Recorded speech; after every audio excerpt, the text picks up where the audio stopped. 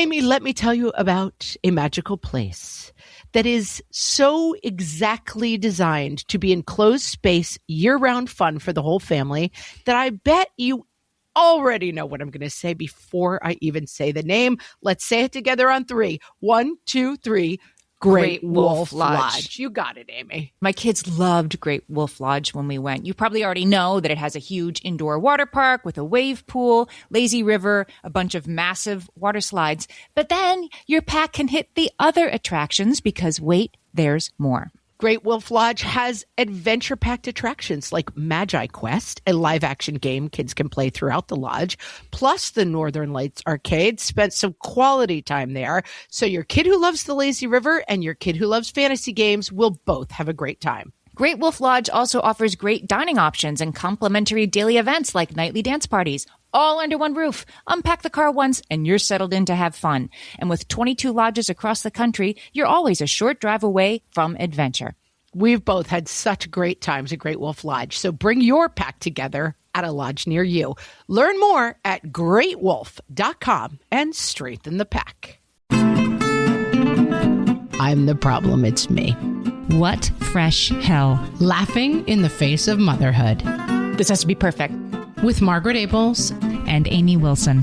Honey, you missed the boat. A podcast that solves today's parenting dilemmas so you don't have to. High school is impossible.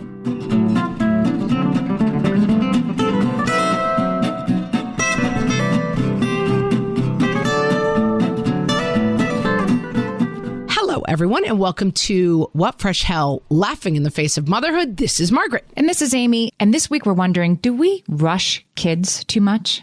I mean, I definitely rush my kids in the morning when I'm like, get your shoes on, fools. Yes. The bus is leaving, although I am also the bus, so it's a little hard. This is, and also, I am the bus. Yeah, because I drive the kids to school. I think the answer is yes. This is one of our joke like 15-second long episodes. Like, yes, we do. Stop rushing our kids. Thanks for listening, everybody. And goodbye. Please subscribe. Yeah, and it's micro and macro. It's for the bus and learning to read and, independence and that kind of thing. So we're going to talk about this, how it manifests, why it's a problem, and then what we can do to sort of chip away at it that doesn't involve living off the grid and unschooling, which I don't mean to denigrate as a choice. Just if you're not quite there yet, that you're going to, quit your job so you can homeschool or unschool your kids. There's got to be a way to not rush their kids. No, but it is a reader. I gasped because I will not be living off the grid or unschooling.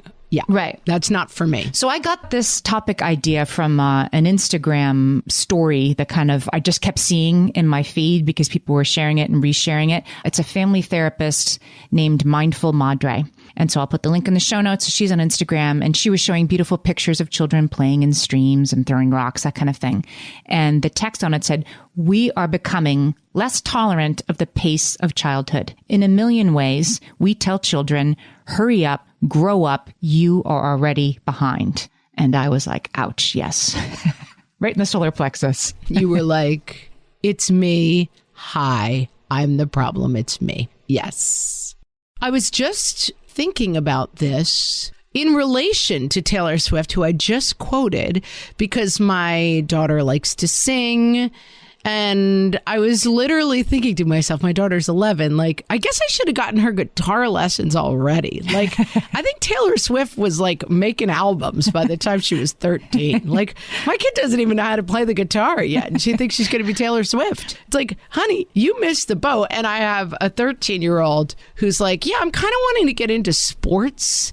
And I keep thinking, right. Yeah, that ship seems to have sailed. Like, you do not, like, if I threw a ball at you, it would hit you in the face. Like, you are too late to engage with the spherical objects at this point. This sort of ties back into the episode we did a couple of weeks ago on what's the right amount of push, the optimal push for our kids. So I'll link to that in the show notes too, because I remember arguing in that episode, like, Taylor Swift's parent, I have no idea, was probably pretty pushy, was probably like, you've got talent, kid, taking her to, go see music people and getting her guitar lessons and making her practice. And like that, somebody like Taylor Swift, who has an exceptional gift and did it at a young age, probably had a parent who recognized that and did a lot of things to enhance that. And that Taylor Swift needed to be pushed that way.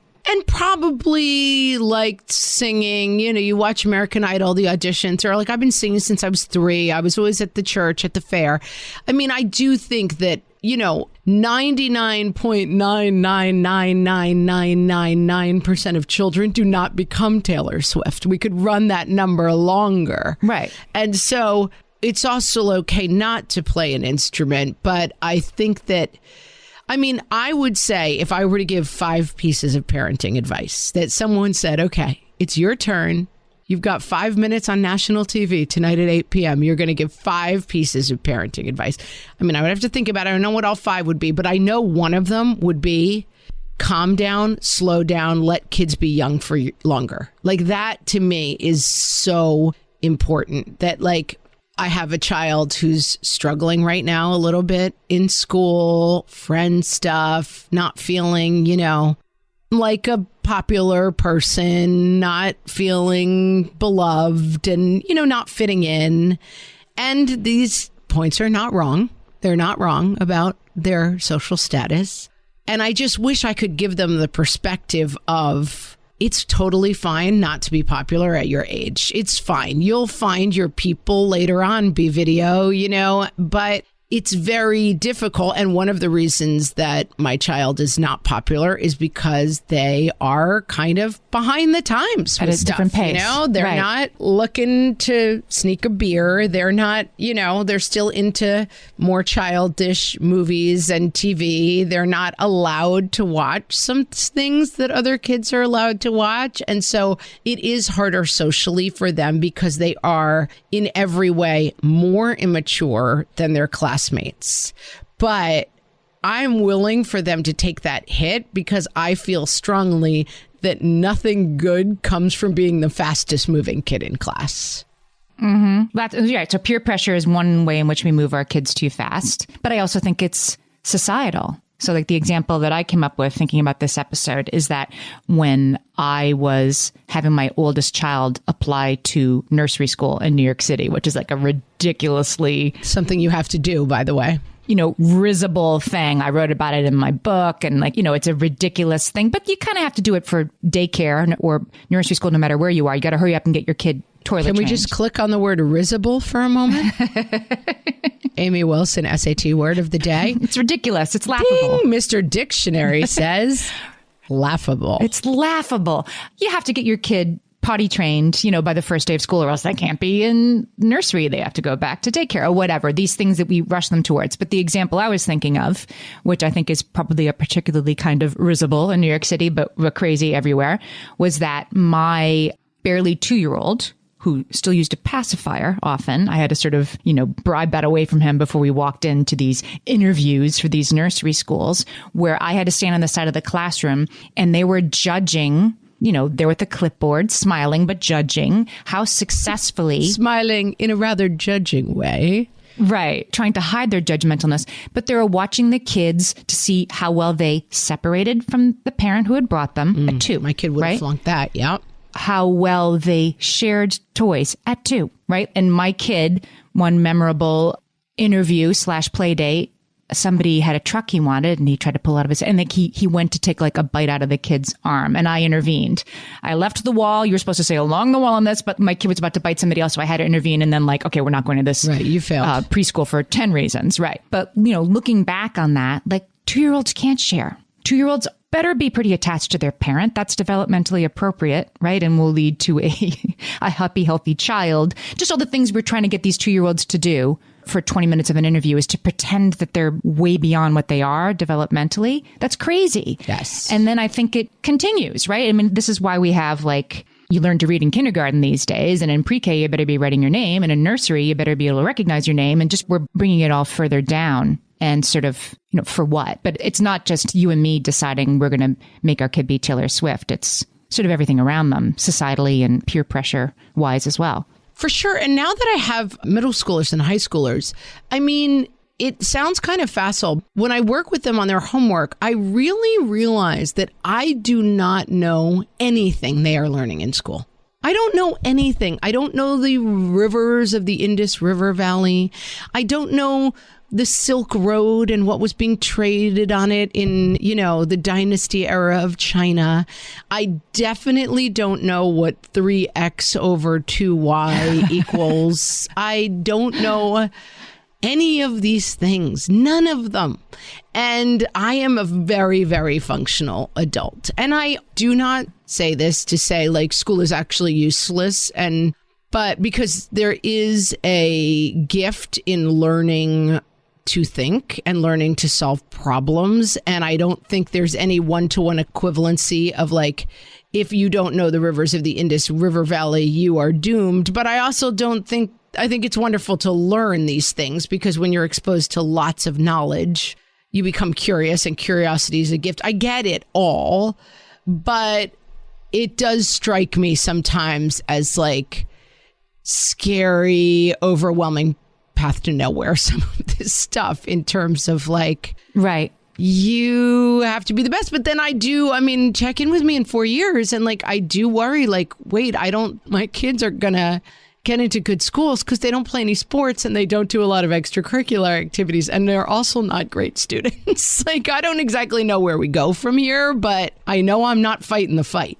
Well, there's this idea that like it's going to be easier later, right? You need to do it now. So I have kids on the other end, right? I have a 20-year-old and an 18-year-old. And where they went to high school, like high school's hard these days, and not just in New York City, right? High school is impossible. These kids are killing themselves and they're taking 5, 6 APs. And the good news is once they get to college, if your kid is currently in high school right now killing herself and you're listening, the good news is when they get to college, they're going to be super prepared. But like, who says that's good, right? Like I got to college and I really was kind of not ready and I had to scramble and I was fine, but I had a tough freshman year. And my kid relatively sailed through freshman year because high school was an endless grind of work. But is that better? It's not better. Why is that better? That high school was hard, so college can be easy. Why are we making first grade hard so third grade can be easy? Why are we trying to get the hard work out of the way at younger ages?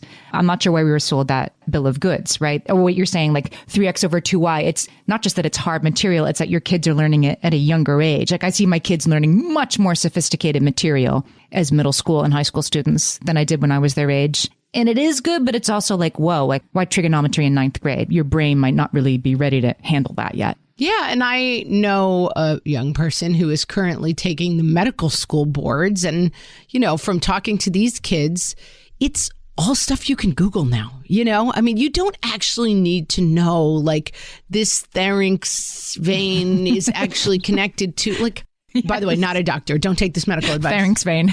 But that some of it is so far disconnected from anything you ever need to know as a doctor. And there have been a lot of things written and stuff about how we test people to be lawyers bears almost no relationship to what it's like to be a lawyer. That one of the big things is retention of facts in a fast time. So that's the LSAT. Like, can you recall this information and regurgitate it on this test quickly?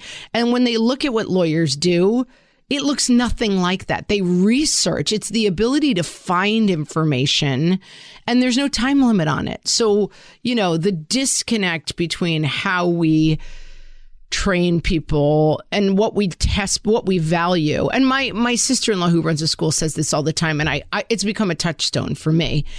I have one child specifically who really struggles with transitions, has since that was on his 2-year-old. That was on their 2-year-old paperwork, and it's still true. Yep, I identify with this. Yep. And my sister-in-law was saying, in what world do you, Amy Wilson, wake up in the morning and it's like, Amy, it's time to do your art. Here's 45 minutes for art. 37 minutes. We got to put stuff away. I pull that out of your head. Take your paper away. Right. Okay. Next up, Amy, archery. Get out your bow and arrow. We're doing archery. It's like, okay, put that, Amy, what are you doing? Put that bow and arrow away. Next up, history class. Now math. Like that is a way that exactly 0 adults function during their day.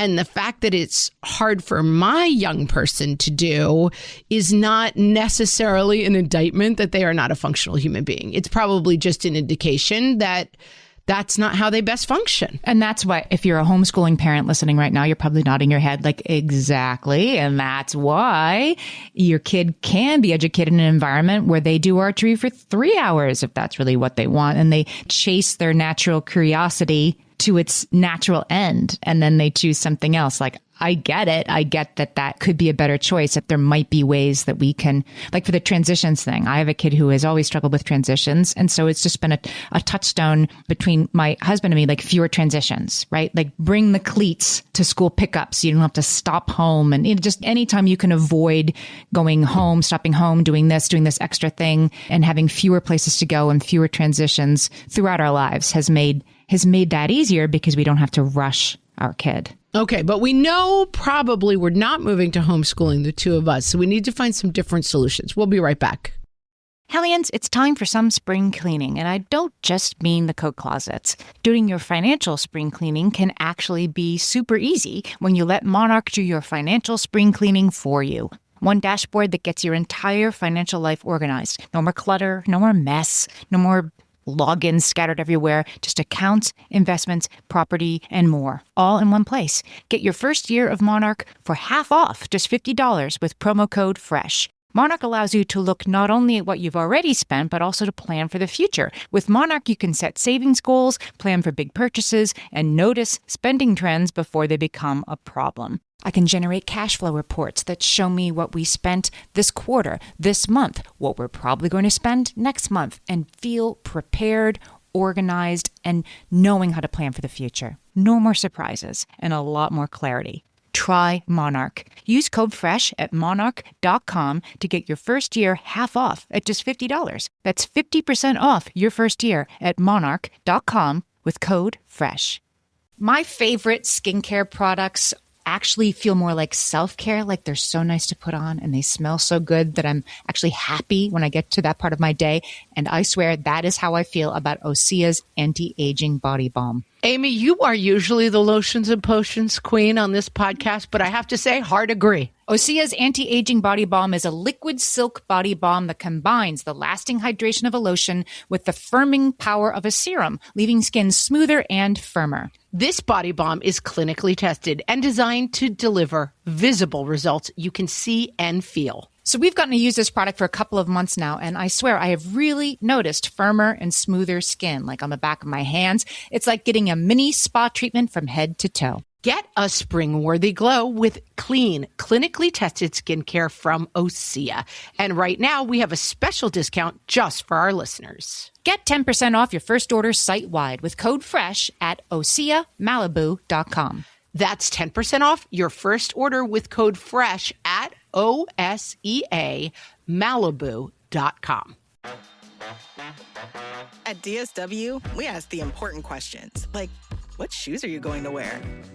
Whether you're prepping for wedding season, festival season, or just planning the ultimate vacay, the right shoes can make or break an RSVP. So own the moment.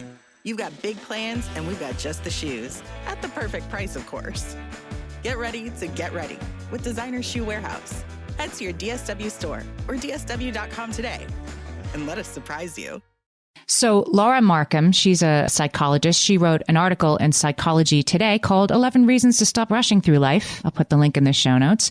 And it is mostly geared towards parenting. Although I do want to say, like, part of the reason we're rushing our kids is because we're in a rush, right? Like, put your shoes on because I have a meeting in 10 minutes. And that's okay. I mean, I wish it weren't true, but it is. We live in a rushed world.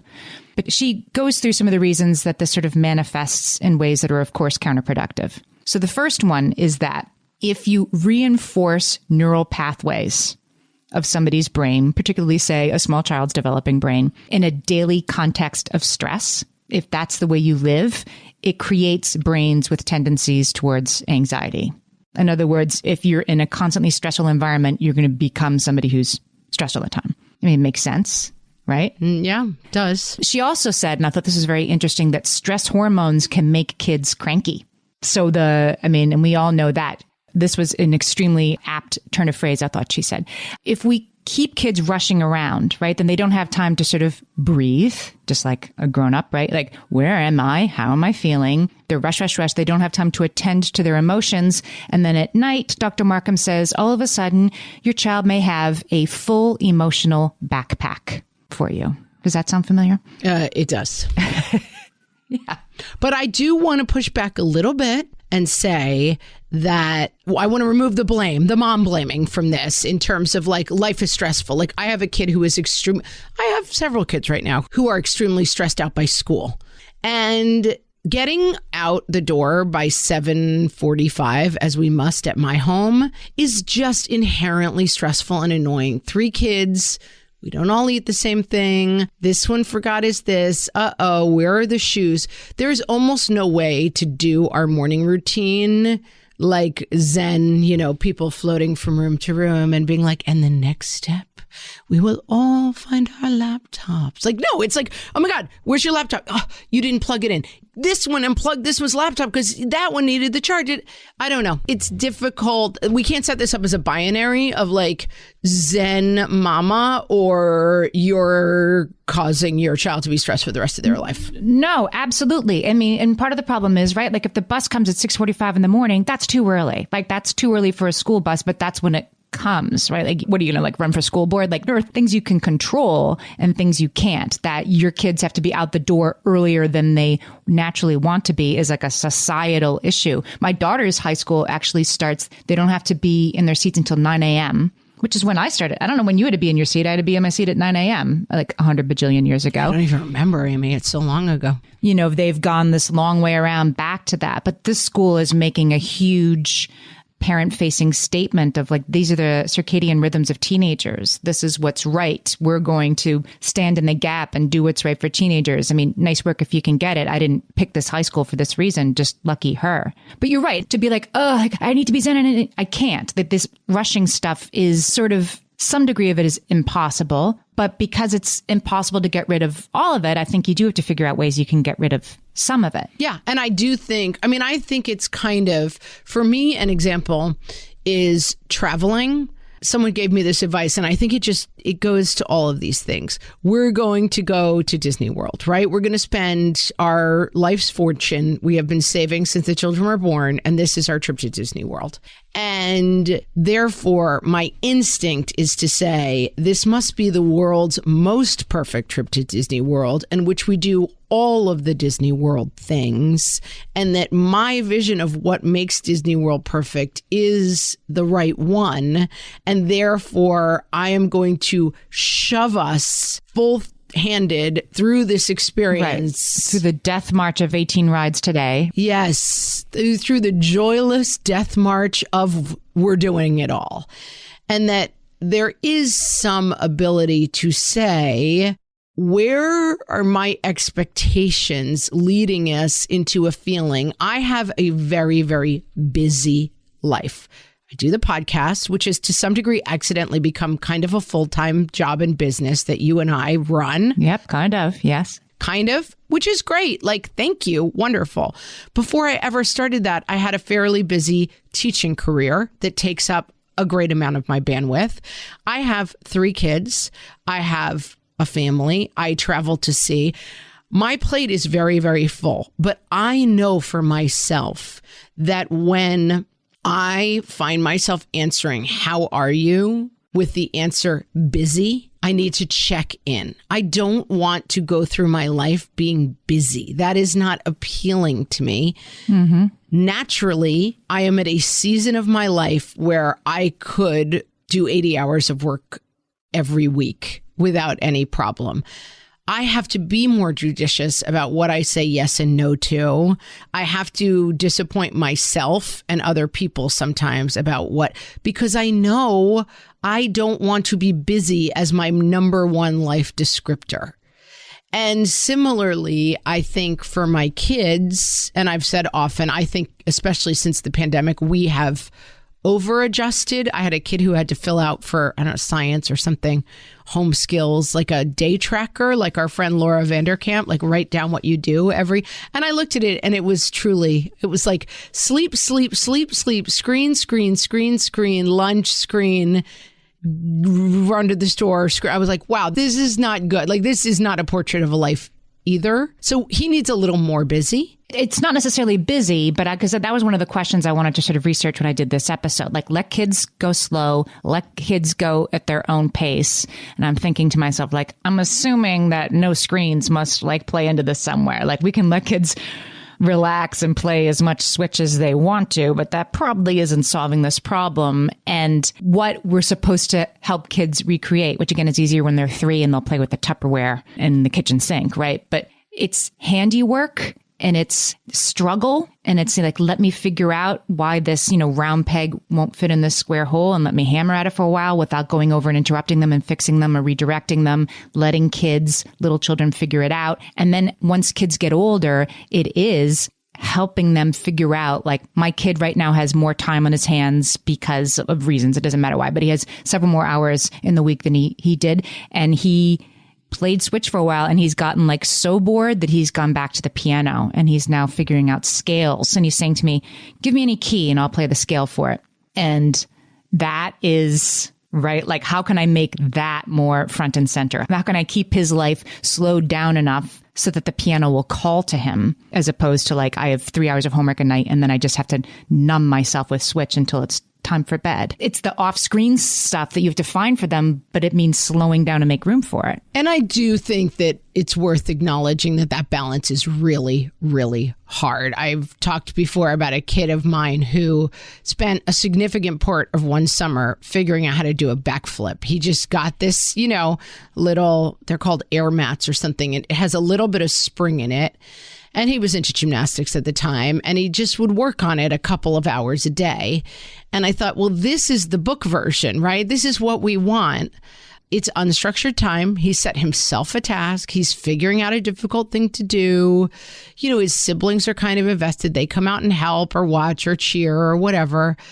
But that is not naturally occurring in the way that sometimes the books make it seem. Like that kid is now struggling with the thing of, if I'm not careful, he's on the Switch 6 hours a day. I will say he is playing with friends and they are collaborating. I'm not saying it's great, but it's not just video game play. It is a social thing.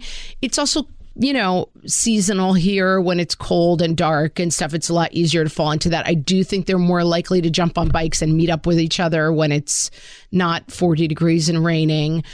But I do think the enemy of taking away the busy is having it just become, all right, I played 6.5 hours of Roblox today and I don't feel good about that. It's not, and that sneaks in pretty quickly for us. So there's a parenting expert named Ken John Payne, and he runs a parenting site called Simplicity Parenting. And I thought this was very interesting, talking about boredom and how we have to let kids be bored, which is definitely something we've talked about on sort of a touchstone. But he said something that had never occurred to me before, that we need to let our kids be bored, which means like time without screens. And he said, and when that happens, if you have more than one child, separate them. Because if you don't separate them when they're bored, then they will just take their boredom out on each other. I'm like, oh, right, exactly. Like, I'll poke you, right? Like sitting in the back seat. Fighting. Like, I know it would be interesting if I got you to cry. So, so when we want to like, quote unquote, let our kids be bored, he gave the excellent advice, like, you've got to separate them, because it's when you separate them that they are going to start to wonder, how far can I stretch this rubber band until it snaps, right? Can I play every scale on the piano? Like, they got to really ramble to get to those places. I will say screens play such a huge role in this, because we used to go to my grandma's house. This was our summer. We went to my grandma's house. That was the summer. Now, she lived in Milford, Connecticut. It was by the water. We could swim. There was a beach. You could go. I mean, we could ride bikes. There was lots of stuff to do, but we just were at my grandma's house. There was a room upstairs that was like the front porch, they called it. But it was like a screened-in porch, but on the second floor. And we would be there. We would swim all day, and then we would come home, and we would put on plays, and I was thinking of all these board games. Like, we would spend hours. Put on so many plays. Yep. Game of life, putting on plays, and we would play board games for hours and hours. We have a huge thing of board games. I don't think my kids have ever played a board game if I wasn't playing it with them. They don't spontaneously play board games with each other.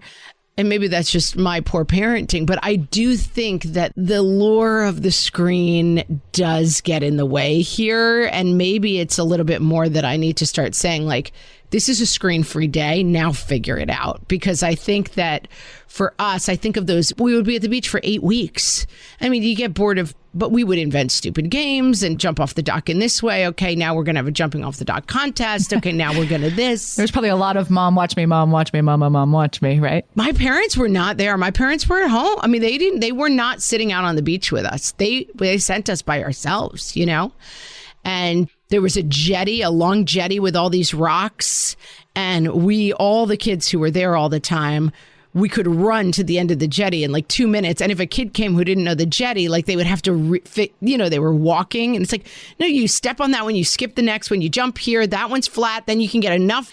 Just like knowing the nature in our bones and stuff. And I do wish my kids had more of that. And I think it's because I let them do too many screens, Amy. I stink. All right. Give me some more advice when we come back. Yeah. Let's take a break. Amy, when I'm having a good hair day, it usually makes my whole day better. And that's why on every day, I'm taking Nutrafol. Nutrafol is the #1 dermatologist-recommended hair growth supplement brand. And it's the #1 hair growth supplement brand personally used by dermatologists. Nutrafol's hair growth supplements are peer-reviewed, NSF certified for sport, and clinically tested. Nutrafol offers multiple formulas for men and women tailored to different life stages and lifestyle factors, so you get support that's actually right for you. Adding Nutrafol to your daily routine is easy. Order online, no prescription needed, with automated deliveries and free shipping to keep you on track. Let your hair be one less thing to worry about. See visibly thicker, stronger, faster-growing hair in 3 to 6 months with Nutrafol. For a limited time, Nutrafol is offering our listeners $10 off your first month subscription and free shipping when you visit Nutrafol.com and enter promo code LAUGHING. That's Nutrafol.com, spelled Nutrafol.com, promo code LAUGHING. All my kids learned to swim when they were little. It was super important to me that they be confident and safe in the water. There was only one problem with that: taking them to swim lessons. I mean, the pools were freezing. There were always cranky adults doing laps right there. And it was definitely not, for any of us, what you would call fun. Amy, heard. But now there's Goldfish Swim School. Goldfish takes a really thoughtful approach to swim lessons, combining research-based teaching with a warm, kid-friendly environment that actually helps kids thrive in the water. Every detail at Goldfish is thoughtfully designed to create a golden experience, from shiver-free, warm indoor pools to comfy waiting areas for parents to professionally trained lifeguards on deck. Goldfish uses an approach called the science of swim play, which combines guided play with proven teaching techniques to help kids learn to swim, build water safety skills, and gain confidence, all at their own pace. Lessons are designed to meet kids exactly where they're at. If you've been thinking about swim lessons or just wondering where to start, this is a great opportunity. Right now, Goldfish Swim School is offering a waived membership plus your child's first lesson free at participating locations. Just visit goldfishswimschool.com/free to find a location near you and enroll using promo code FREE. That's goldfishswimschool.com/free, promo code FREE. And now, the people you will meet at your kids' school play. From the What Fresh Out podcast. The Mama Rose. She's been to every rehearsal. She's standing on the side. She's mouthing all the words. She might be praying that the lead breaks her ankle so her kid gets a shot. The PR manager. Her kid is a solo, and you're going to see it on Facebook, TikTok, Instagram, Reddit, and YouTube. If you run into her in the school parking lot, you're going to watch it again. The crew dad. He's busted out his steel-toe boots, and he's not here to mess around. Now let's grab a 2x4 and start making this doorway, folks. No one is hammering a thumb on his watch. The, oh my God, was that today parent? Arrives just before intermission. Can't find their ticket. The paparazzi. There's like 100 of them. They don't watch the show, they tape the show on gigantic iPads from like 2012. They sit up front so that you can watch your kids' show on their iPad screens. This has been the people you will meet at your kids' school play. From the What Fresh Out podcast.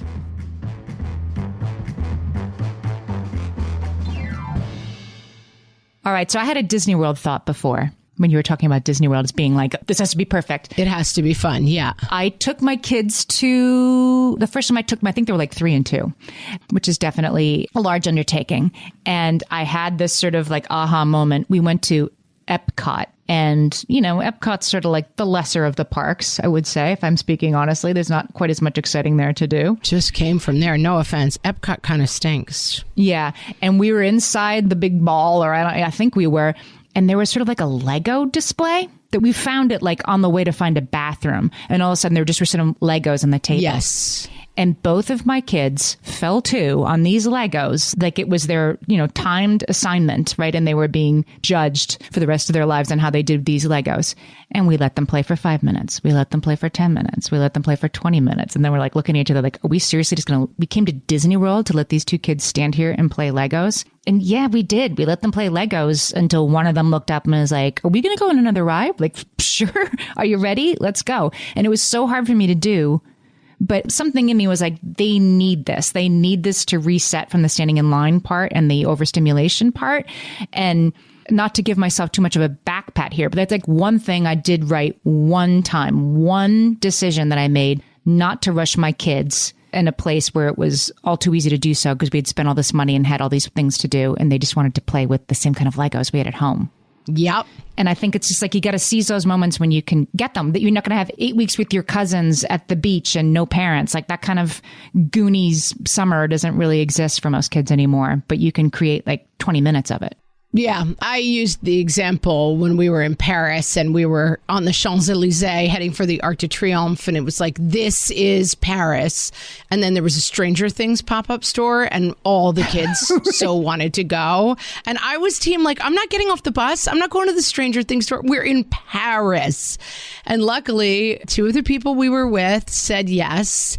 And the kids loved it. I mean, they had the best time and they just remember it so fondly. And going to the McDonald's where the, Big Mac is a, Très Grand Mac or whatever it is, they remember things. And I think in general, I always think slower is better. There's so much time to figure out. And I think for my own kids, starting with, I'm starting now to start holding back on like makeup and nails and Instagram. And I am kind of standing against things because I just think you have your whole life for these things. And I understand the excitement of starting, but wait a little while, Slow down, you crazy child. You're so ambitious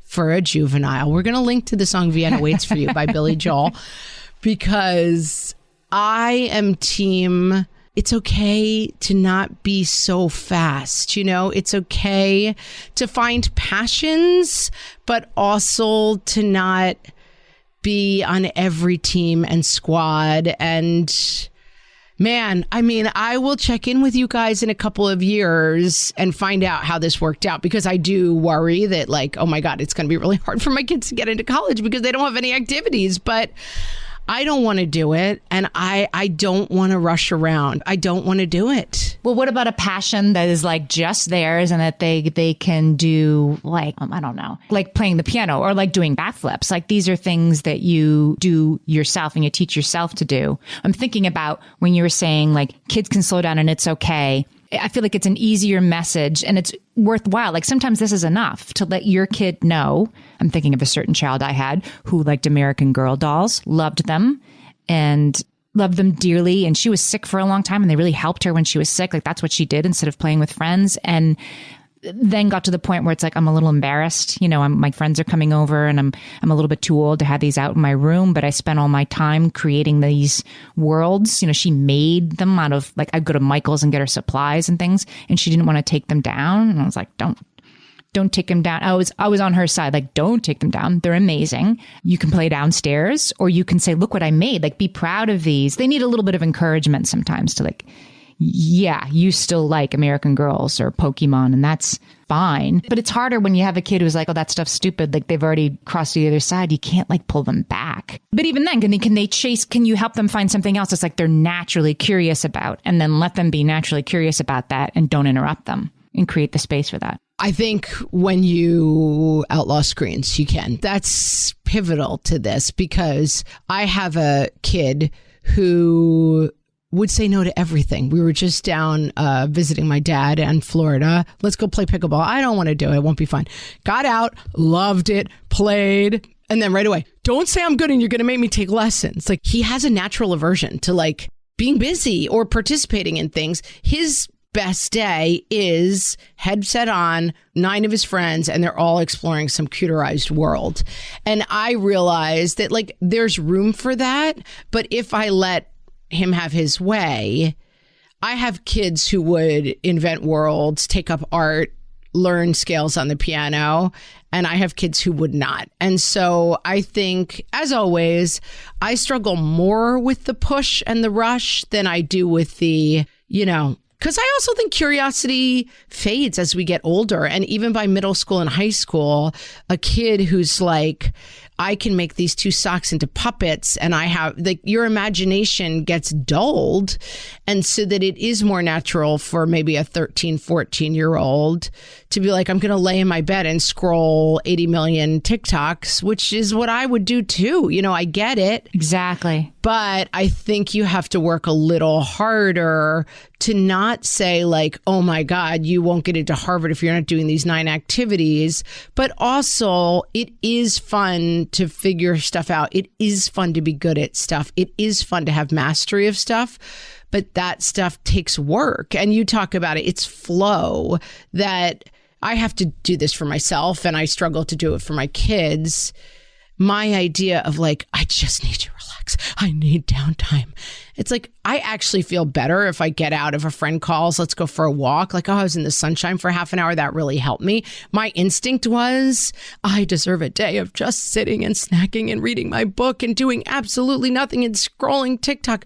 I actually feel better when I get out and play a little pickleball, or I get out and take a walk. And for my kids, I think I do have a bigger role than I sometimes take to not rush, but to push towards there's a world out there that we could be exploring together, and people say sometimes I have people watch my kids and they're like, they're so easy. And it's like, well, they are very, very easy if you let them be in 3 separate rooms watching screens. Like, they are very easy. Right. The trick is to fight against that ease a little bit and say, let's be slightly more self-actualized than this. It's important. There was one tip I read on rushing that I thought was good, just because we always like to have solutions. I thought this was small, and I'm going to try to sort of, even with my big kids, sort of work this in, that you can have sort of small rituals that you are, again, upfront with your kids about, like, oh, I feel so rushed all the time.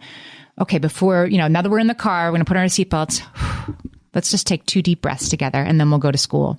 And just take that moment to breathe. And just that, sort of acknowledging to them, like, oh, I feel really rushed sometimes, don't you? And I can stop and take a breath, can reset with your kid, and can reset for you, and just like help you remember that it's all going to be okay. And just because I think the rushing also has this sort of this undercurrent of something bad's going to happen if I don't rush more faster, right? And some of that is definitely put on us by society, and some of it we accept, and we can just sort of say like, but I can take a deep breath and not start the car for 3 more seconds, and we'll be okay. And inserting that perspective, I think, is really, really important.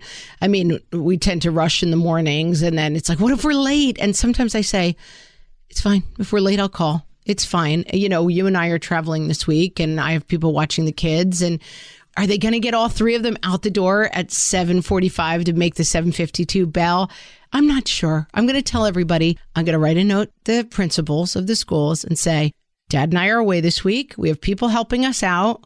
The kids may be late a couple of days. The perspective of it's okay. The rushing is not helpful to us. And so let's figure it out. Or there may be things where it's like, you actually can't be late for this. If you're late for the concert, you don't get to play, whatever.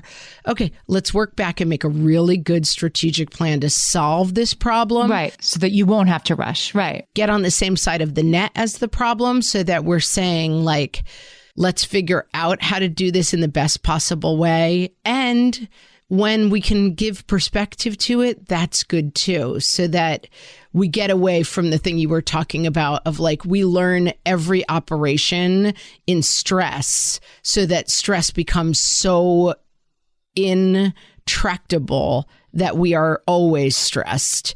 That to always say like, we can choose a way that is not as stressful. That's maybe the most important skill. You solved it.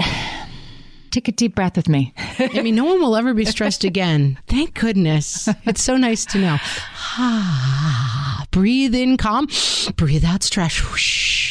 Solved it. We solved it. We didn't talk about, but I thought about the whole time we were recording this, our Fresh Take with Catherine May a couple of weeks back and her book called Enchantment. And it's all about like slowing down and like looking at leaves. And remember when you were a kid, everything was so fascinating. You can rediscover that. And I think that's another antidote to this. So listen to that episode if you haven't yet. As you like to say, that's available to you. And I like that. It's available to you. What's available to you, friends, is subscribing to What Fresh Hell Plus. Please do. You just go to whatfreshhell.supportingcast.fm and you can in 2 taps sign up where you already listen. You don't have to download new stuff. It's not super complicated. It's $3.99 a month, $39.99 a year. Here's what you get. Every episode of the show ever, ad-free, plus monthly bonus episodes. This month's bonus is about our jobbiest jobs. Oh, that's a fun one. That's a fun one. Yeah. You can learn about Amy's CB handle, which is awesome. Yeah. What's a CB? Well, you're going to have to subscribe and find out. Listen and find out for yourselves, friends. Check that out. And with that, we will talk to you next time. Thanks so much for listening. So long.